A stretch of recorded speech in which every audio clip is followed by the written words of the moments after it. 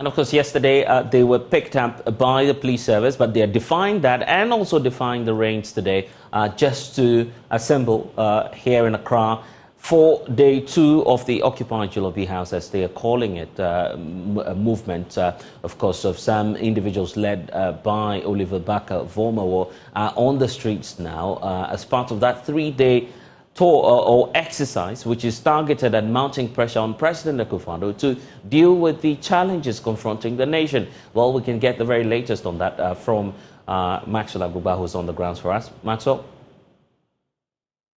Protesters, some of them from the country, who are here sitting right in the middle of the road protesting against what they describe as high-level corruption in the country, mismanagement of the economy and unemployment, forcing young people to flee the country. They have been here for the past 3 hours, and this protest, we're told, will go on deep into the night. They tell us that it's supposed to be a 3-day protest, and this is unprecedented. They had wanted to go to the Jubilee House, the seat of government, but they were prevented by these police officers, all of them in route control gear.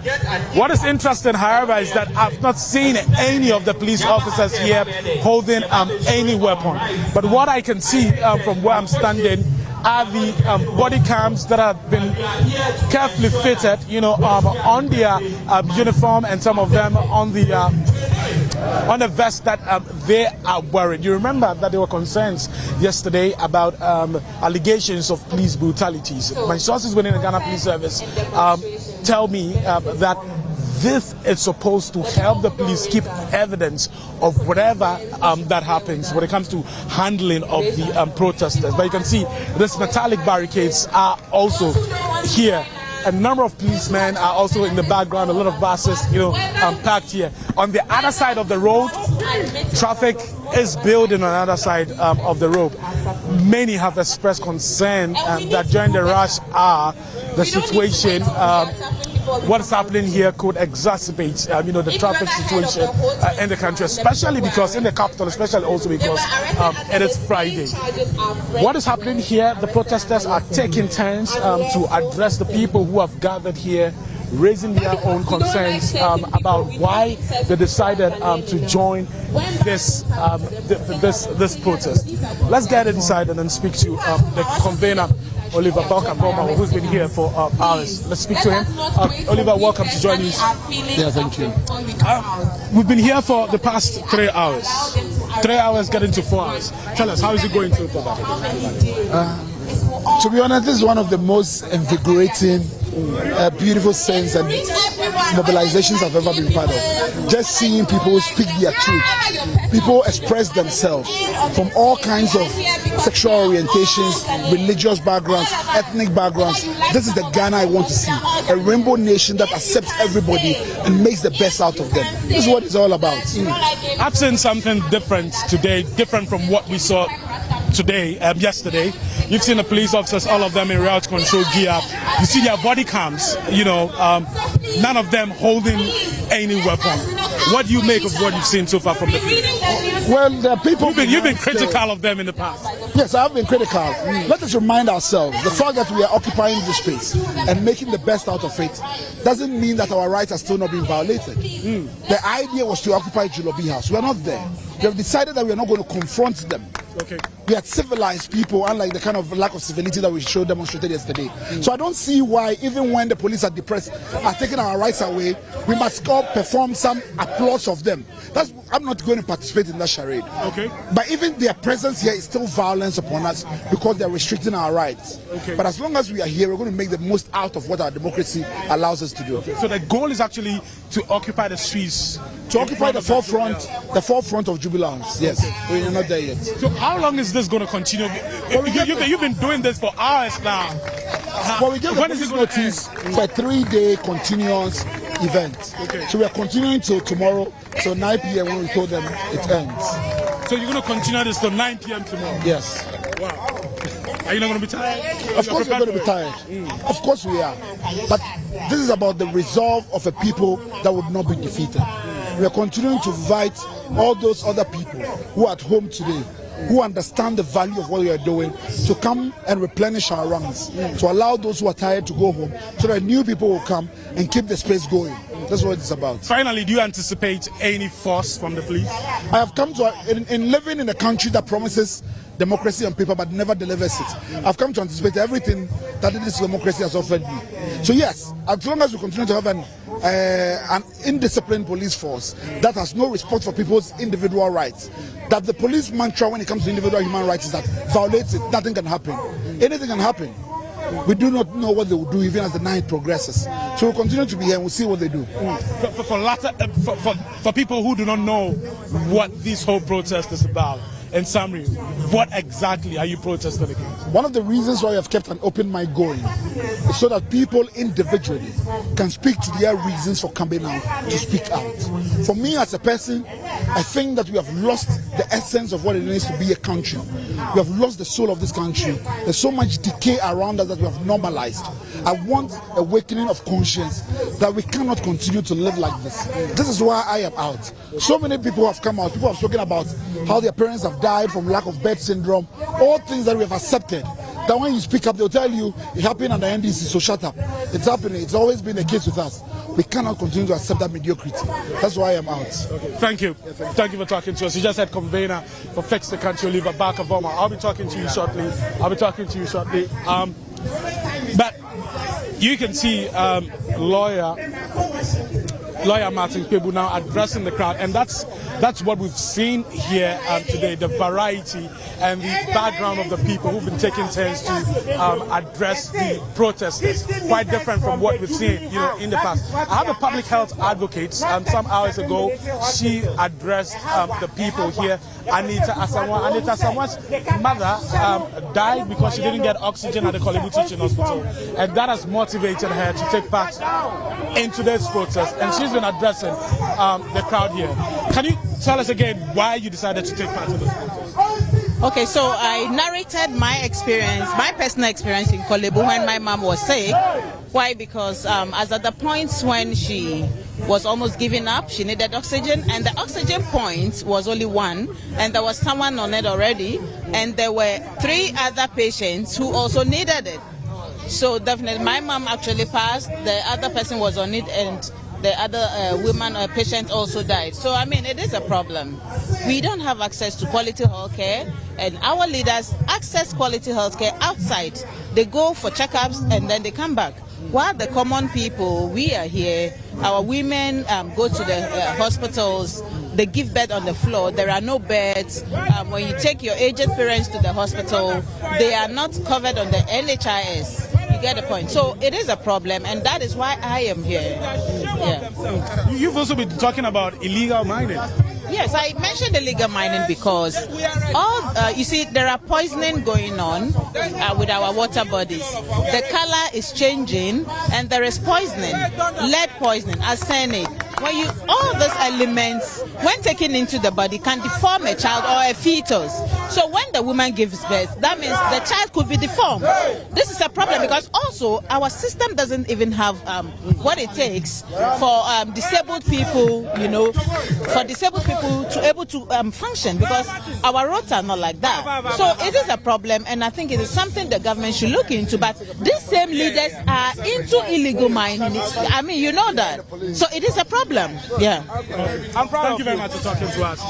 So you just heard from Anita Asamoah. Anita is a public health advocate. She was one of the people who addressed the crowd here, and that's what they've been doing for the past 5 hours. They tell us that they're going to continue deep into the night. You heard from the convener of Fix the Country. He says they're going to end at 9 p.m. tomorrow. And the crowd and the protesters are expected to be here till 9 p.m. tomorrow. Let's talk to lawyer Martin Kwebu, who just finished addressing the crowd. The Christian Council, they should all be ashamed of themselves. That's why we are telling them to rise up. What kind of rubbish is this? The Council, the Catholic bishops, the conference. I'm a Catholic as well. The entire Catholic bishops should be ashamed of themselves. And why are they not arresting today? They should all be ashamed of themselves. I want to go 50 meters, please. We should get there. 50 meters. That's where we want to go. This is a government that protested while in opposition. They occupy the government house. Are you guys not aware? The government, this particular president, is known to be a serious demonstrator. You guys should be ashamed of yourselves for the arrest that you guys did yesterday. Hi, what's your name? My name is Killian. Killian. Yeah. Okay, why are you protesting today? Why am I protesting today? Are you happy about what is happening in this country? You're happy about what's happening in this country? Talk to me. You don't know that Akufo-Addo has sold the destiny of this country. A supposedly human rights lawyer who is now a president is actually stopping demonstrators, and you guys are happy. And you're asking me this Jim Accra question. No, I'm an ever. If you no, wait, hold on. I'm an ever. If you say Jim Accra, no, you have to retract. No, you retract. No, I'm not going to. No, if you don't retract, I'm not continuing. No, if you don't retract, I'm not going to continue. No. I'm an ever too. Jim Accra is an insult. Jim Accra is an insult. Let's be civil. Retract. No, retract it. No, sorry, retract. Okay, so I retract. But again, the president is managing the country like a Jim Accra way of Hey, no, I beg. No. Don't use Jim Accra. He's the president. No, listen. No, I beg. Don't use Jim Accra. He's the president. And you guys are watching these guys arresting demonstrators, including your own journalists. And you guys are happy. Anyway, I'm aware some of you are under the brand envelope of Gabi Ochorejaku. Every month you guys go there. Every month you guys These are crazy kind of substantiation. Let me speak to Council Martin. He just finished addressing the crowd here. Well, it's drizzling right now. It's drizzling, and I've not seen any signs of the protesters moving. It's not drizzling. It's actually raining right now. Let me speak to lawyer. Calling the people to be here because a lot of people are still afraid. Yes. Council. We've been here for almost 4 hours now, and nothing is happening. We are calling everybody to come here. Yes, so number one, to applaud them for their courage. Number one, to applaud our citizens for their courage, for stepping out today. You know, yesterday with the arrest that the police carried out, it has scared a lot of our fellow citizens, and so the citizens. Should I start? Should I? Yeah, so it appears a lot of our citizens are scared, and so that's why they are not here. So it's to encourage citizens to step out, encourage citizens to come. They should come because this is the place we need to step, and then to point out to Akufo-Addo that we don't support his corruption. We don't support the corruption in Akufo-Addo's government. Then number two, we are calling on Akufo-Addo and Bawumia to resign, because they have caused us too much hardship. The corruption they put us into is causing us too much hardship. So if they resign, the Constitution in Article 60 Clause 13 says that we must have elections within 3 months.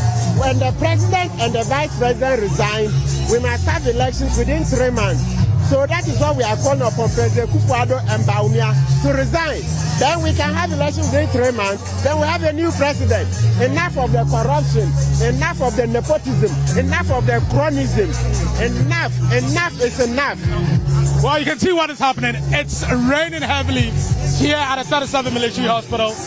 In fact, in parts of Accra right now, the protesters are not moving an inch. They are not deterred by the rain. The police officers are also not ready to move out of this rain. You can see them still positioned. Some of them getting their raincoats there. In fact, the rain has actually sort of gingered the protesters. You can see what is happening there. It's an open music and dance session for them. Let's speak to more people who. Hi. Why are you taking part in this protest? What's your name? Charlie, my name is Adam Bindage. I'm taking part of this because I'm a Ghanaian. You see, I'm a young boy I'm actually just out of the university. I've just finished my national service, or I'm in the process of finishing. I can tell you for a fact that since I started doing my national service, well, God being so good for me, I got a good place to do it. But I know colleagues who cannot even buy like Charlie 3 square meals a day. See, I'm 25 years. If you look at the number of people around me who are older, who don't have a job, and the qualifications they have, you realize that the problems that plague this country, they are small. See, Max, do the math. Do you know that as I speak to you, Max, this year, National Service has celebrated an event for people who died in service. National Service, by the end of this month, is celebrating 50 years of the National Service. I'm asking you a question. Do you know the last time National Service people were paid in this country? For the past few months, they've not been paid. The National Service people here, ask them. Okay. We're getting drenched by the rain right now, but like you can see, the singing and dancing is continuing. It is actually intensified after it started raining. A lot of people are drenched. Right? Hey, what's your name? It's raining. Chill. Colleague Maxwell Agbagba, who's just giving us the very latest there from 37. It is actually raining, and of course you can see there that the demonstrators are defying all odds. Of course, some strong messages there being sent to the Ghana Police Service and also authorities as the protesters may be making yet another attempt to move an inch closer to the Jubilee House. We'll keep monitoring developments for you even as it's pouring now. We still know that that protest is underway. I want to bring in Richard Kumado, who's a security consultant, joining us via Zoom now, monitoring also alongside with us and picking notes of some of the developments there. Richard, thank you for spending some time with us. But what we found right now shows a very defiant crowd and a resilient group of people who are just bent on sending their message across to the president. Some say they should tone down on the kind of rhetoric we're seeing. But I don't know what your thoughts are on what you're seeing so far. I will agree the insult should be taken out. They should just stick to their grounds and make their points. I'm also happy today because Dan Parry took time off to meet the demonstrators, particularly the leaders. It has calmed down things a little bit. I think yesterday was a mess, and the police have learned their lessons from yesterday. Demonstrations are part of the rights of the people. They may disagree on the route and the days and the modalities, but violent demonstrations we haven't seen in this country for a long time. It is the police rather that has become a lawless society, and they have become a danger unto themselves. So today, Dan Parry has proved again that when he put his feet down, the right things to be done, and we will see a 21st century professional police officers doing the policing work. And kudos to all the police officers today. The feeling is that the Ghana Police Service may be complicit in what we're seeing today, further radicalizing a group of young people who were just out there to protest, actually, yesterday. Blazer, if you remember when my brother Bamaho started this whole thing, some of us spoke and said the approach the police have taken and their stance will be making him a bit more popular and will be making him a bit more entrenched. And today they are finding difficulties containing him. The police approach towards Bamaha and the things he stood for has been misconstrued, and the police made him a little bit more hardened. And when you have more hardened people follow him on street demonstrations, people like Bernard Mona has been demonstrating since I was born. And it's just like he's taking over from Kwesi Pratt. And the videos and the trends are there for the police to learn from. But some of these police officers throw caution into the wind. And today they are having difficulties containing the likes of him. Today is a good day for the police service. I commend them. I commend Dan Parry. And I think they should stand their grounds, engage the demonstrators, and they wouldn't have many of the troubles they had yesterday.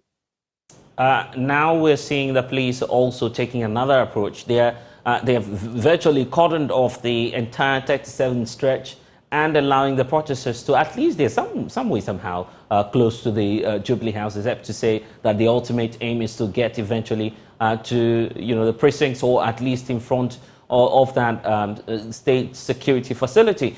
What do you think about such considerations? The fact that, well, the protest has gone on peacefully, smoothly so far, assessing the risk and the threats, they could be allowed to at least inch closer to the Jubilee House.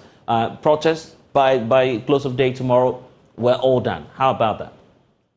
If I'm leading a team of law enforcement officers, as I have done in the past with the BNI, I would have coordinated the law enforcement officers that will hold up the demonstrators at the Revolutionary Circle. You know, the Revolutionary Circle is direct opposite the mainstream gate of the Flagstaff House. Precisely. And what would they do? It is raining, the music will be on, people will have their normal jama, they will make their voices heard. Let me call my strong person in Joy FM call the strong person in TV3, call the strong person in Metro TV, let them grant the necessary interviews. Once the interviews are being heard and they are being the demonstrators who come to the term that our message has gone and the message has been proclaimed. Yeah, and Richard, that would be the end and Richard, of all what we see on the screens right now is the real-time situation as we speak. The downpour is on, but you see the crowd still out there in the rains, continuing with the protest. It is the psychology of law enforcement and professional law enforcement that has gone wrong yesterday. These guys are not perturbed again because they know the police may come after them any day, any time, and they are ready with their lawyers. I think that allowing them to even get closer to the entrance of the Jubilee House will not create any problem for this country. These people are people we can quickly assess their background and know the threats they may pose. Having watched them from very far for all these years, I don't see any element of a dangerous, treacherous person among this crowd, and holding them out at Christ the King or the Revolutionary Circle, direct opposite the Jubilee House, wouldn't have created any problem. After all, when people jubilated and demonstrated into the seat of government, the threat of overthrowing a government of uprising was still there, and but civility prevailed. The people were happy with themselves that their voices were heard, and that was proper way of managing these things in a democratic state where rule of law, maintaining of law and order is a priority. I think the police got it wrong yesterday, and today civility has come home, and we applauded them that they are doing the right thing in the lives of law enforcement and policing and democracy, where the right of demonstration is one of the key things that happen. There are concerns as to the essence, so I mean, eventually where this whole movement to fix the country might end us up. Concerns about the possible implications on national security. Where do you stand in all of this?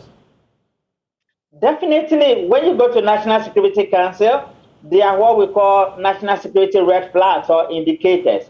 That is why we want them. We are making this guy, Bomaha, more popular. He will create problems for you. Having said that, the police have enough numbers, the BNI have enough numbers, the military have enough numbers to take care of our internal threats and risk assessment to that matter. I don't think these demonstrations by themselves pose any national security threat. It is the outcome of these demonstrations and the behavior of law enforcement officers that may create serious public safety guarantee issues for us. Then you can extend it to national security and sovereignty guarantees. To the extent that you went arresting BBC journalists, do you know what you are doing? You are creating the platform where the international media comes in. People are going to look at us and say, what is happening in Ghana? And they want to come with their hard-heartedness. There's a way to soften the ground. And I think Dan Parry, as a person, and together with national security officers, they have what it takes to soften the ground. And once they begin to soften grounds, we're not going to escape the preliminary elements of people jamming our public space. We will curtail whatever comes with it, and Ghana will move on again. I see. We need to point out that for those of you who are now joining us, members of the Fix the Country movement, still defiant out there in spite of the downpour, as you see on your screens right now, and still continuing with that protest. We're still monitoring every bit of developments there, and we'll bring you updates. But what you see now is right in front of the 37 military hospital, and you have scores of protesters defying the rains, coming out in their numbers, pouring out onto the streets and mounting pressure on President Akufo-Addo to address some of the concerns confronting the youth and also issues they believe he needs to address as part of his tenure. But also the police service there stationed, and they have successfully cordoned off the hospital area. So for those of you who might be moving back from work now, there might be disruptions also in traffic arrangements for that, Liberation Stretch or the 37 Independence Avenue, as you're seeing on the screens right now. But also, we'll talk about where this is happening now and possibly what the dangers might be. But let's start off by looking at what the president may be thinking right now. Richard, are we sure that indeed the president is listening, and what's your expectation from him? Now, I think he missed the opportunity several times. This is what makes President Rawlings and Kwame Nkrumah, Paul Kagame, and Barack Obama, Tony Blair, many of the great guys you see, the Clintons, the superstars of national leaders and with global stature. I think he missed the opportunity many times, and he will need to take opportunity one of these days to address these people. I don't think the likes of Kwesi Pratt watching him and listening to him and see the behavior of some of his people in the days where people are demonstrating will be happening at all, considering the fact that he has a long history of demonstrating against things they perceive or they feel were not being done right. Having said that, this whole euphoria and the fidgeting of law enforcement officers is even very shocking. People want to demonstrate on the 37 road. You said that Jubilee House is a national security zone and you kept them at 37. Then you lack the understanding why the British built the 37 military hospital. 37 military hospital is the 37th one they have built as a military base to take care of sicknesses and diseases of military officers until we turn it into a civilian occupation. You can still allow demonstration, create one lane for the demonstrators and let vehicles take care of the other one. Once you have called off the place, you are even angering the people, creating anger in the minds and hearts of people who have nothing to do with this demonstration. And this is why we have been trained as law enforcement officers to take care of situations such as this. I don't know where this euphoria and the agitations and the flirting around comes to policing and the 21st policing. That is why people are pointing fingers at the president, that during his tenure, demonstrations have become a taboo and people going into the street are not being allowed. And I think he needs to rise above this euphoria and this pretery of narratives that come from the offices of the president. That is not right. He's far away in the UN, and the UN, that is a security zone, a very serious place. People are demonstrating there against the president. Which of these two will you prefer? The people demonstrating against the president in the offices of the UN, or people demonstrating in the streets of 37? I think we will need to look at this conjecture and begin to find a meaningful balance that places our democracy above personalities. And that also gives us the flexibility that citizens and their presidents can have a discussion that will not lead to violence or that may not crack the whip and that may not create problems for our national sovereignty. But blessed, I can tell you from where I sit and from monitoring him for a very long time, I don't think the president has taken the opportunity, many of them granted to him. And it will be time for him to look back again and say, I needed to come to the forefront and I needed to speak to these people, speak to the issues. His narrations must change as we proceed 2024 election. Well, I guess so. He needs to get really busy once he's, returning from the United Nations General Assembly, and he's spoken extensively about issues confronting the West Africa sub-region and the security concerns also emerging. But for those of you who are now watching us, and for those of you also who may not be aware of what's been happening over the past 24 hours, the Fix the Country movement, after they were picked up last night, today, most of their leading figures are out and are back on the streets, as you see, demonstrating right in front of the 37 military hospital as part of the protest. In fact, this is just a portion of what we're to expect from the group, because the group says its ultimate aim is to inch closer and closer to Jubilee House, try and register their concerns about the style of leadership of President Akufo-Addo, and to raise some concerns about how his tenure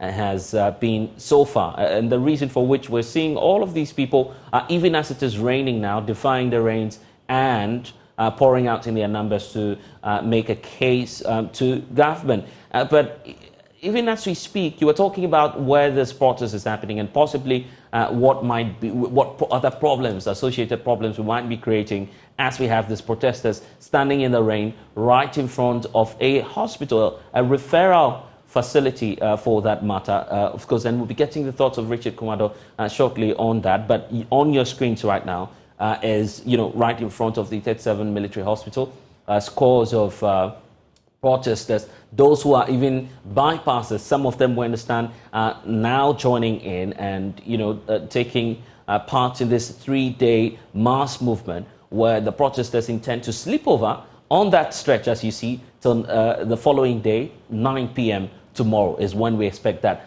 protest to end. We don't know what the implications might be, but we're still monitoring the space, and we'll bring you up to speed with all that we've been hearing so far. Earlier today, we had some musicians, some celebrities, and others also joining the event. We'll be hearing from some of them shortly, the likes of EL and some musicians who've also turned up to support the process. We'll listen to them now and get their reactions to why they're, being a part of this protest.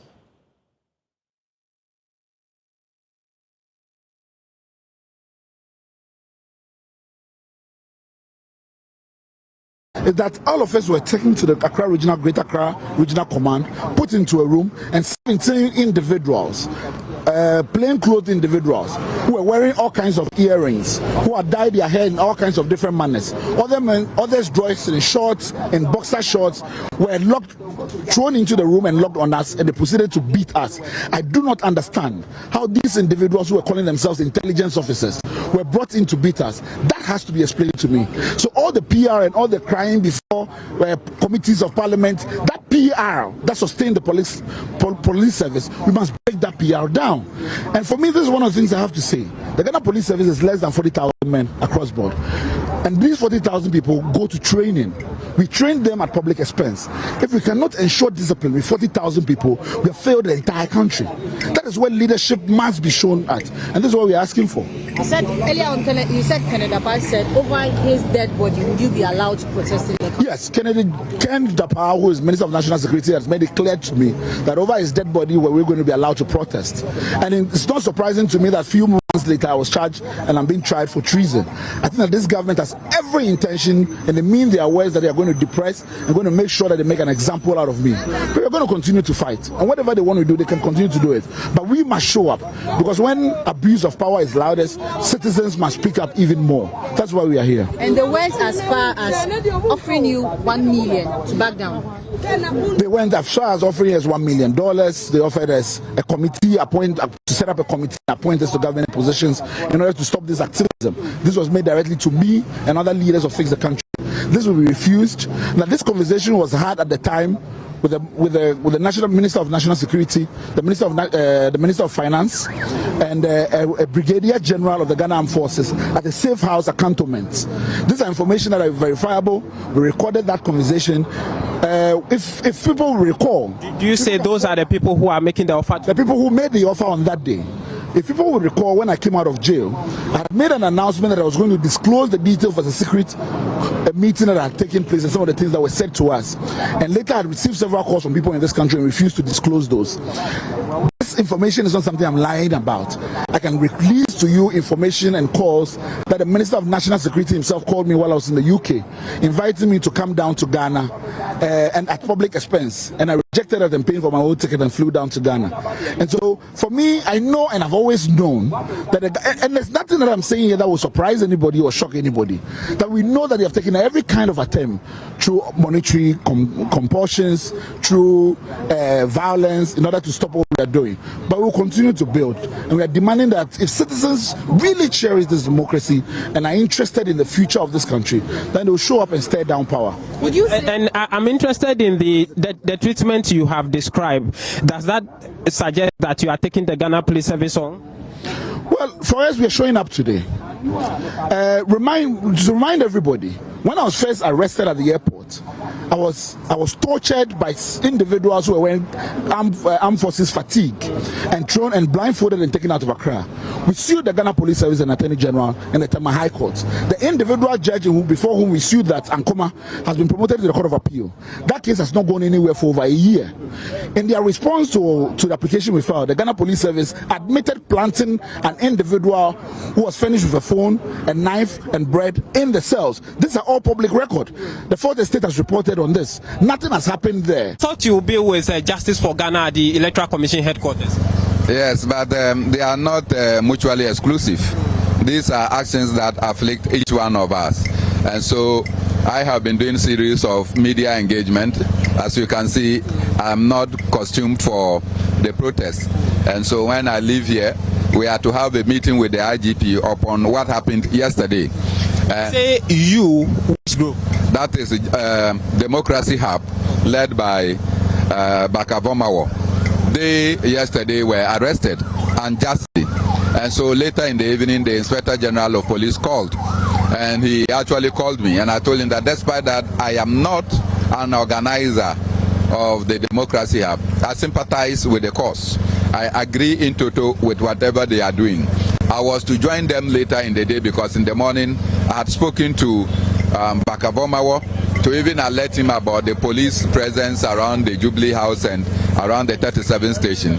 And whilst they were coming here, I was at the Kwame Nkrumah Memorial Park, only to be told that they were arrested. So I went looking for them in their various cells, and eventually I got to know where each one of them was put. Later in the evening, when the Inspector General of Police called, he said that he was going to instruct for the release of all those people. And indeed, in the evening, everyone was released. This morning, they are gathered here.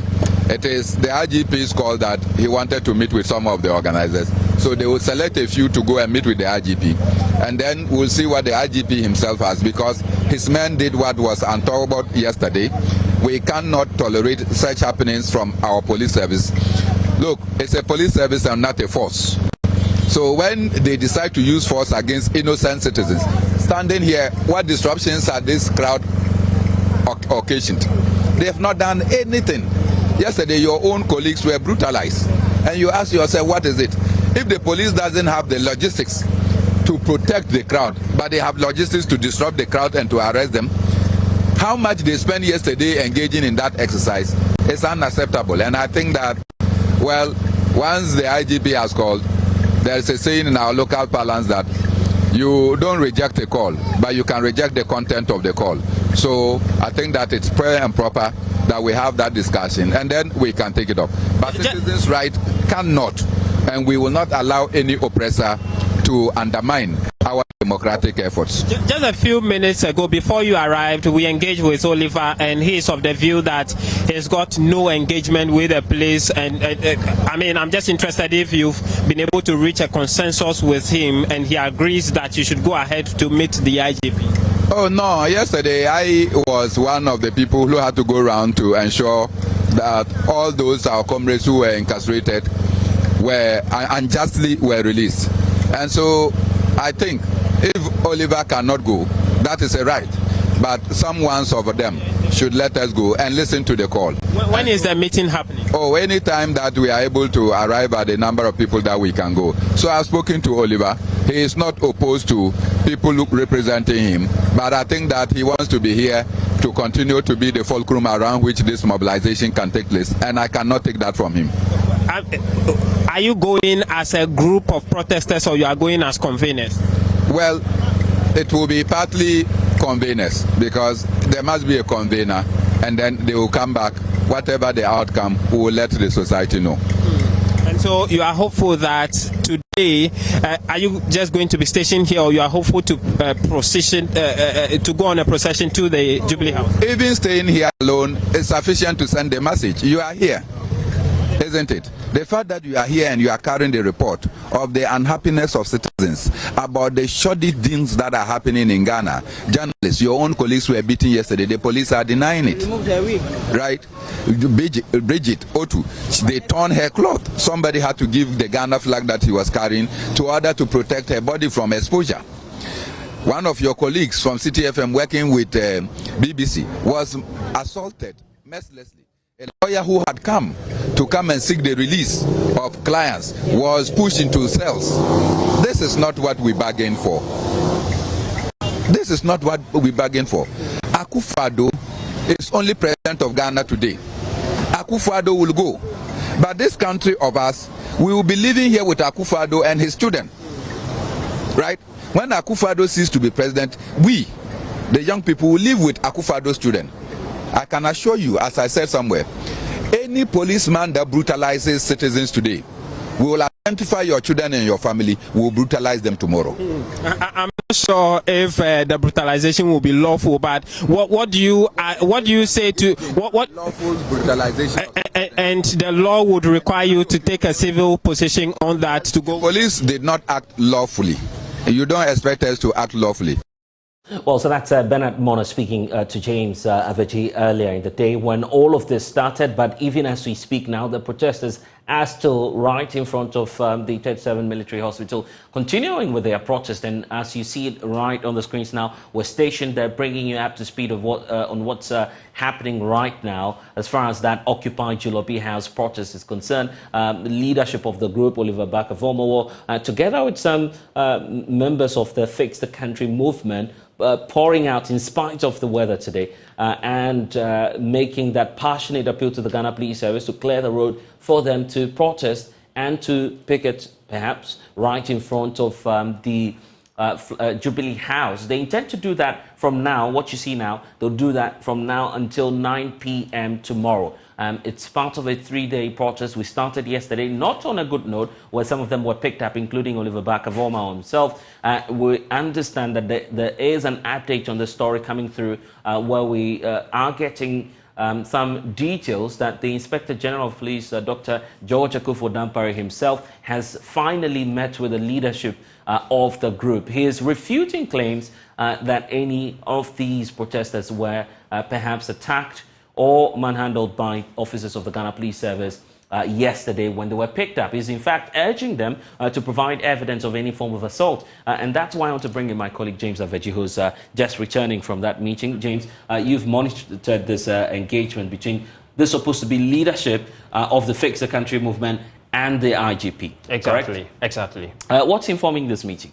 Yes, so Blessed, yesterday when all the back and forth happened, the communication was that the operation was actually carried out by the High Command of the Accra region. And so after everything, the IGP says that he was of the view that he needed to meet leadership of the protesters in order to hear from them and then have a conversation with them to see if the two sides can reach some level of compromise.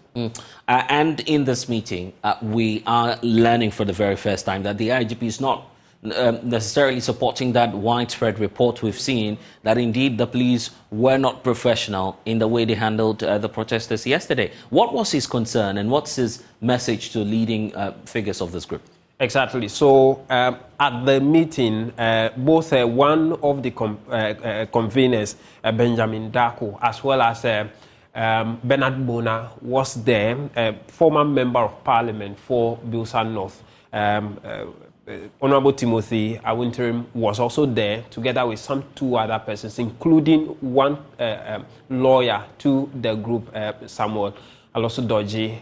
Those were the members of the leadership who met the IGP together with some top police hierarchy. And so, for instance, Benjamin raised the point about he himself, as well as some other members, being assaulted by the police while during the arrest, as well as when they were in detention. For instance, he mentions that he himself was actually punched by an officer on the chest. One of the members was slapped. Someone was also hit by a metal bar. Yeah, and if there's anything to go by, the reason for which we believe he's making the claim, what you see now on the screens is possibly the reason why leadership of the group is saying, well, your individuals or your personnel were not professional. Look at Bridget Otu there in the picture. Exactly. And this is, I believe, is the reason for which they are making the claim. Exactly. That and many other incidents was what they cited as assault from the police. But I mean, the IGP was of the view that indeed, if this has happened, they do not have that as part of their report. And so he would appreciate that if this indeed happened, then those involved, the victims, can lodge an official complaint. And he promised that if that official complaint is lodged, he would take a step further in that to initiate an investigation into it and get to a conclusive decision. And this is the point. Just look at this officer attempting to even go to the extent of attacking the camera person who was filming. There he splashed water at a point on the camera there. Exactly. And in all of this, the police service is appearing to distance themselves from what we see there. Yes, that's the view that officially, as part of their report, they do not have. Okay, so what's the urge from the Inspector General of Police now? And so,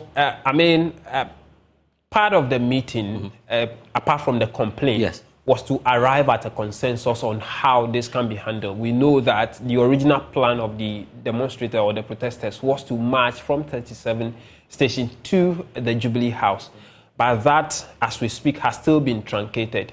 And so the plea was that the leaders who were in that meeting goes back to meet the other leaders who are on the field with the protesters and negotiate with them if they can't come to a compromise to get off the street first, while the case that is in court is heard on the 26th, and then the court comes to a conclusion on the matter, then they can take it from there. And so by close of day, the police is expecting that, they will get a call from council to the protesters, to them to tell them what compromise they have reached. But they said they are hopeful that for the time being, they need to get off the street while they all come to the negotiation table. In fact, go to court on the issue in court to be dealt with.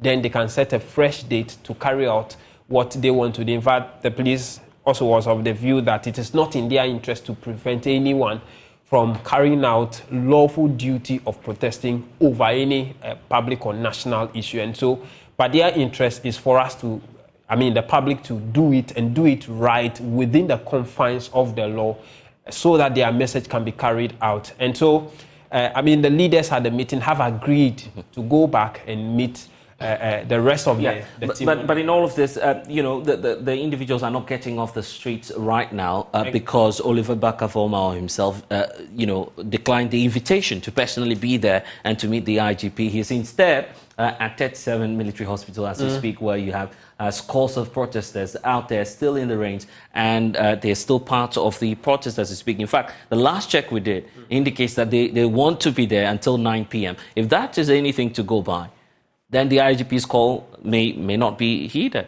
Yes, the police would just be hopeful that while they go back to engage them, by close of day, some compromise will be reached. Just the question as to what will happen if they remain out there, and indeed they are out there, still going ahead with the protest. What it will mean, in fact, if I should read carefully from the demeanor of the police, the IGP and the other officers at that meeting, I am not too sure that the police would want to go the way they went yesterday. And so I'm pretty sure that, some communication has to happen between them and the leaders of the group. For instance, the issue about the Jubilee House being a security zone and why the police have decided to, prevent the protesters from accessing the Jubilee House. That issue came up, and the IGP was of the view that, in fact, the Jubilee House, as well as other places, public places that have been demarcated as security zones, must be respected because those are the faces of the country. He makes example of, if you go to the US, the Capitol, as well as the White House, and in fact, some perimeter is given that people cannot access. That is the face of the country. And so he was of the opinion that need to be respected. And so, after the protesters get off the street, then we would know what happens thereafter as to whether the further negotiations would agree that even if a new date is set for the protest or the demonstration, they would access the Jubilee House or otherwise. And so I'm sure by close of day, we'll get some reactions from the leaders as to whether they agree on this or otherwise. And so, after the back and forth, the decision is that they go back, go and do the renegotiation. Okay, and after this event, we're also learning, just as you've seen on the screens, that some journalists were reportedly attacked. Exactly. Some have spoken to us. We understand that also includes a reporter with the BBC. Media freedom and the respect for the press after yesterday's event. Has that come up? And is there any form of official communication from the Ghana Police Service on that? That hasn't come up strongly in that meeting because, as the police were calling for evidence, in fact, after the meeting, when I met one of the members, he tells me that before we go into the meeting, no gadget was allowed into the meeting. And so he would have wanted to show the IGP some visuals or audio visuals of exactly what transpired on the grounds. And so the issue about media freedom hasn't come up at that meeting in Fablessed. Okay, grateful James Aveji, who's of course monitoring all of that for us. But let's get to Richard Kumado, who's joining us now via Zoom. He's been on with us ever since this whole event started. And Richard, the Inspector General of Police, as we understand, has finally broken his silence in a meeting with leadership of organizers of this Occupy Julloby House protest. The charge from the IGP now is to get everyone off the streets, first of all, through the leading figures of this group. But he's also urging them to provide evidence if there's any form of attacks, assaults by police officers on the protesters yesterday. But some say the evidence is out there. We've seen that on the screens. Why is the IGP asking for further evidence? No, definitely. There might be misreporting or miscommunication, but thank God for Android phone and for iPhones, and thank God for internet. Thank God today most of the police officers are in their body cams. And some of these things, reconciling them wouldn't be a problem at all. I think it is so clear that yesterday there was no authority for the police to act properly. Yesterday, the police instructive regime was wrongly communicated. Yesterday, the police did not command their men properly, and they went far above board. This is democracy. Right to demonstrate is part of it. Police protection is also part of it. Public safety guarantees are part of it. And I think emotional intelligence has to be something the police must take seriously, especially when we are dealing with public figures like journalists who we know, and public demonstrators like Bernard Mona and co, who we know so well. We have to be tactful and ensure that the right things are done. So I will urge the demonstrators and the conveners to provide the IGP with the necessary video documentations and evidence needed. Right, Richard, we need to go, but the final charge from the IGP is for the leadership of the Fix the Country movement to try and, get their members off the streets, for the court proceedings to be exhausted. Then, of course, a proper arrangement could be made for the protest. What do you think about that? The IGP is wrong in the first place. He's acting like a politician in this particular case. So what they did in court was to file an application. The court did not tell them to stop the demonstrators, yet the police service elite went on rampage and they acted as savages and bastardizing people, which is becoming one of many. For him to say that they should go back to the court on Monday, then his men should have waited for the court to give a direction in line with maintaining law and order.